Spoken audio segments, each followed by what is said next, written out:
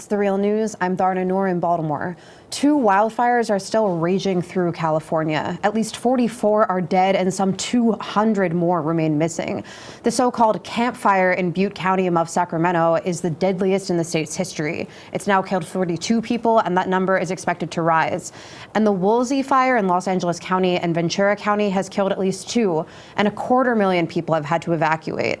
Scientists say strong easterly winds and statewide droughts have fueled the deadly fires.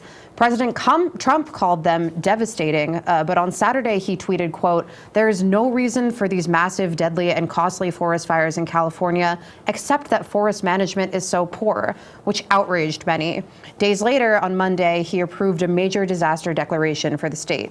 Now joining us to talk about all of this from California is Mustafa Santiago Ali. Mustafa is the Senior Vice President of the Climate, Environmental Justice, and Community Revitalization for the Hip Hop Caucus. And previously, he worked at the U.S. EPA for 24 years, most recently as the Senior Advisor for Environmental Justice and Community Revitalization to Secretary Gina McCarthy. Thanks so much for coming on today.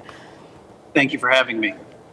So, Mustafa, you're in California right now. What are you seeing? I know that you're now in San Diego, but you were in Los Angeles. What are folks seeing? What's going on over there? Well, folks are really concerned because, the intensity of these wildfires, how they are spreading and moving so quickly.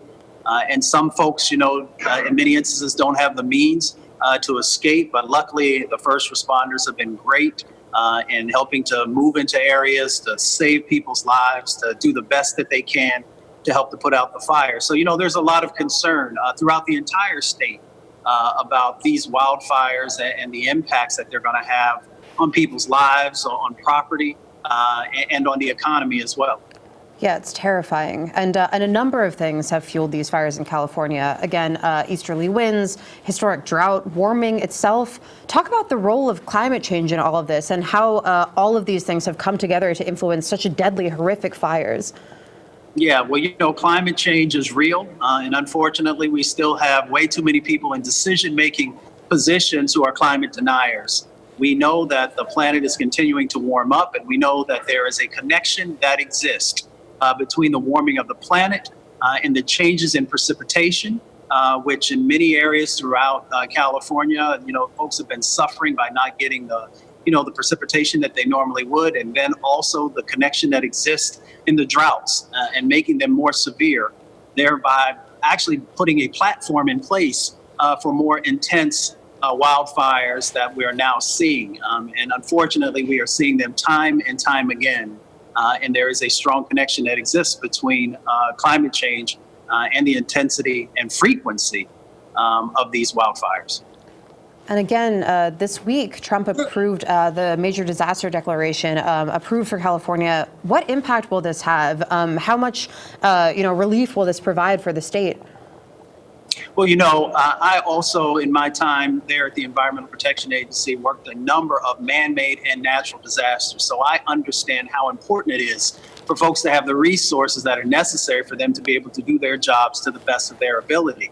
The president immediately should have made sure that that was in place. And even before this particular disaster, let's call it what it is, he should have been making sure that all of the respective bodies had the resources that they need, to address these severe weather events that continue to happen time and time again.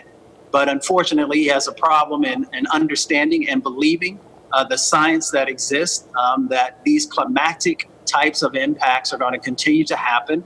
And the wildfires, of course, are building upon the droughts that are there. So those resources that are coming are going to be critical for first responders to be able to continue to do the job that they need to do, to make sure that the resources are going for, the airplanes and others that are a part of helping to control these wildfires, along with the men and women who are on the ground. But also those resources and additional ones are going to be necessary to make sure that the right infrastructure is in place to address, these continuing impacts that are happening from the wildfires.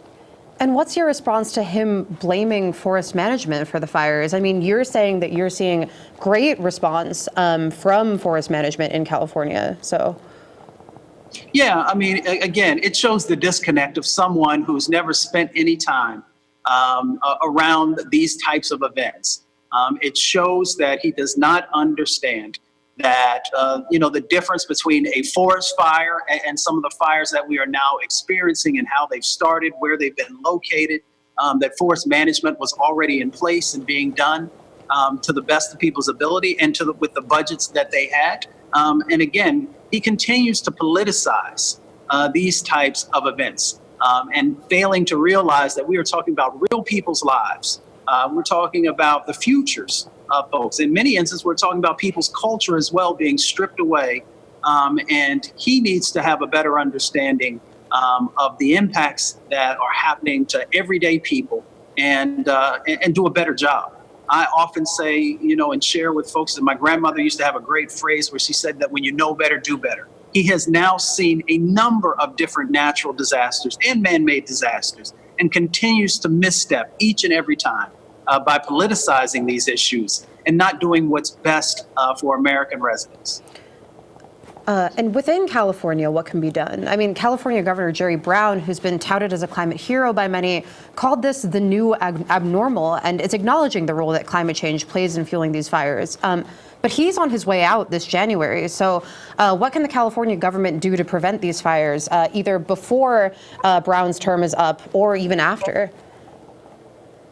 Well, again, it's going to be about building the infrastructure. One, making sure that the resources are there to support the folks who are doing the work, not only in when these disasters are happening, but beforehand.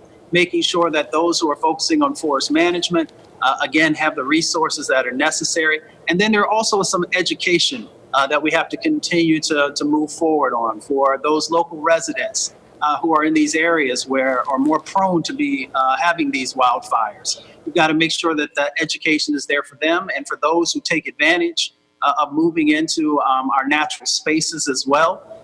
So, one is the resources. We got to make sure those are there. Two is the education.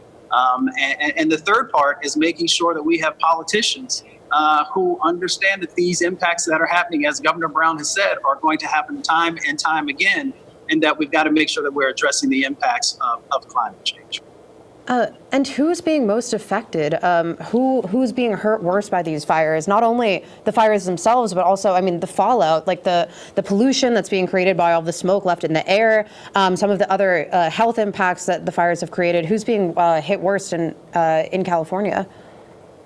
Well, it is a number of folks who are going to be impacted. Of course, those who are losing, families who are losing lives, we have to send up prayers and blessings to them, but that can never be enough. Sometimes we're focused too much on that and not making real change happen. We also know that California has its own set of issues in relationship to air pollution. So when we have these wildfires that happen, it exacerbates the impacts, the public health impacts that happen in many communities, especially our most vulnerable communities and communities of color and low-income communities who are already dealing with the disproportionate impacts that are happening from air pollution. We also have to be mindful of those who make a living here in the state of California, and that being taken away because of these impacts that are happening as well. So, it is very broad-based in the sense of those who are being impacted from these types of situations that continue to happen. Well, stay safe out there, Mustafa. Our hearts are also going out to those lost and struggling because of these fires. Thanks so much for coming on today. We'll be sure to talk to you again soon. Thank you for everything you guys continue to do. And thank you for joining us on the Real News Network.